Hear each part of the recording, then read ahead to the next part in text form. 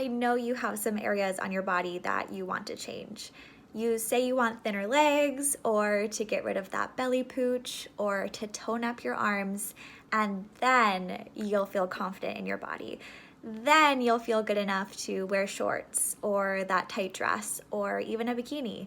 And I've totally been there. I never felt good enough to wear shorts. My legs were always my most insecure body part for as long as I can remember. It was ingrained in me from a very young age that my legs needed to be thinner before I could wear shorts confidently. I remember being incredibly young, like in the 5th or the 6th grade, and daydreaming about having the skinny legs like the other girls in my class.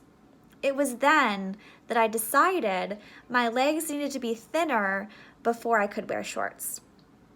And here's the funny part. I've gotten thinner legs. I've spent years of my life dedicated to working on exactly that. Losing weight, running, doing cardio circuits, strength training, spending 18 plus hours per week in the gym, slaving away, restricting my diet in many different ways, all in hopes that my legs would finally become thin enough to wear shorts. And here's the funny part. Even at my thinnest, even at my lowest body weight, even when I was working out an incredible amount and eating the strictest diet, I still didn't wear shorts. It's funny because looking back on photos from my thinnest, I far exceeded how thin I originally believed that I needed to be to wear shorts confidently. And I still couldn't wear shorts confidently. This summer and even last summer were the first times in my life where I've worn shorts without thinking twice about it, without thinking about how my legs looked, if I had too many stretch marks or too much cellulite, if my inner thighs touched or if my thighs jiggled when I walked. Those are all things that I once believed I had to change before I could wear shorts. And I've come to realize that my ability to wear shorts confidently now has nothing to do with how my legs look. I didn't actually need to change how they looked at all because I proved that. I proved that by changing the way that they looked and still not feeling any better. My legs have changed. They got thinner, more muscular, more toned. But the belief that my legs needed to change in order to wear shorts didn't change. That's the ticker. My legs didn't actually need to change. My belief that my legs needed to change. And we tell ourselves a lot of stories. We put all of these stipulations on our feelings, believing that we need to qualify for them.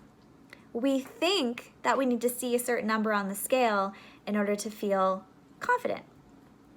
We think that we need to have the house or the car in order to feel happy. We think that we need that relationship in order to feel love. And we think that we need a certain income or to get that raise in order to feel abundant or secure. But how many confident people have you seen that don't weigh that amount? How many happy people have you seen that don't have a fancy house or a fancy car? How many people have you seen that just radiate love who aren't in a relationship? Or even how many people have you felt love for that you're not in a relationship with? The qualifying criteria that you are hoping will bring you that desired feeling probably won't. And if it does, it won't last very long because the belief is still there. Even when my legs were thinner, my belief that my legs need to be thinner didn't change. The belief won't change once you accomplish that certain thing. You have to choose to let go of that belief consciously. the feeling you want to feel, confidence, happiness, freedom, is available to you right now. You're just not choosing it because you have arbitrary qualifications to meet first. But if you don't change the belief, meeting those qualifications won't bring you that feeling that you really want. And if you really, truly can't see yourself feeling confident wearing shorts or whatever, how you are right now, here's the extra ticket. If you do things to embody that feeling that you want, let's say confidence in this case, your body will naturally follow.